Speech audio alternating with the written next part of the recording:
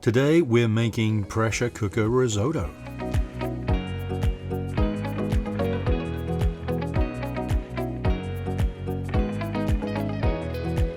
Mushroom risotto in a pressure cooker. It might sound sacrilegious, but you'll be surprised how close to the real deal it is. Now I know for many that risotto is a sacred dish.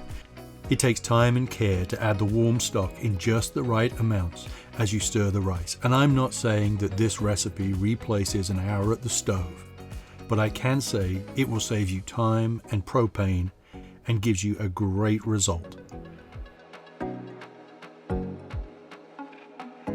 Our equipment list starts with a pressure cooker. I like this one because of its size and its stainless steel. Next on the list is a sauce for boiling water. I have an electric kettle, but stovetop works well too. You'll need a 2-cup measuring jug, a 1-quart container, and from our top drawer, we've got tongs, a spatula, and of course, your chef's knife. So let's get started with ingredients. The star of our show, Arborio rice.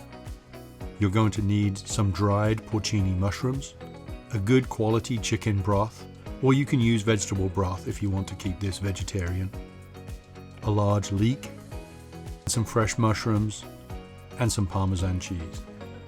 From your pantry, you're going to need olive oil, garlic, a good quality salt and fresh ground pepper, and some butter.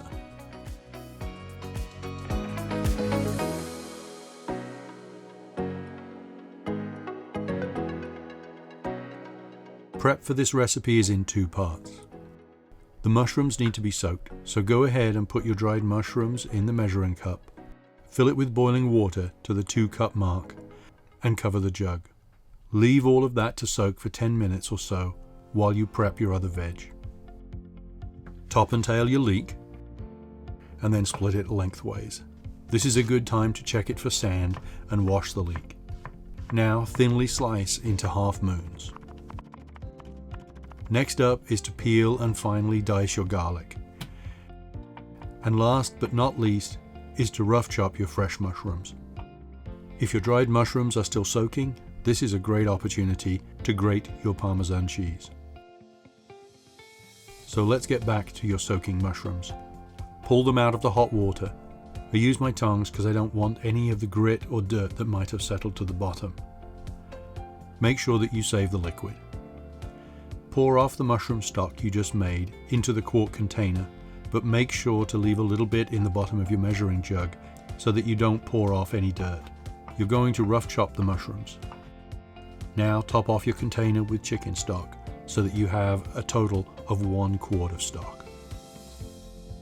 And that's all the prep.